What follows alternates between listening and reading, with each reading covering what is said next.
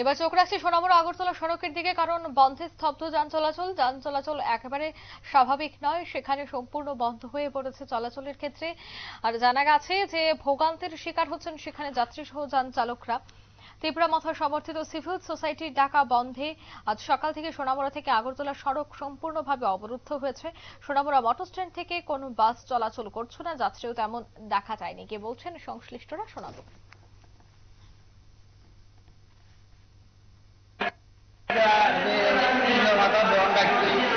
আমরা গাড়ি শ্রমিক যে কোনো ধরনের ট্যাক্স দিলে আমরা মানতে বাধ্য, এবং সরকার যদি প্রশাসনের তরফ থেকে গাড়ি চালু না করে আমরা মোটর শ্রমিক গাড়ি চালানো সম্ভব না। একটা গাড়ি খরচ করতে গিয়ে সরকার কোনো এটা বহন করতো না, তার জন্য আমরা জ্বর হয়ে আমরা যাইতে আসছি না, তার জন্য গাড়ি আমরা অপরাধ চালু করি।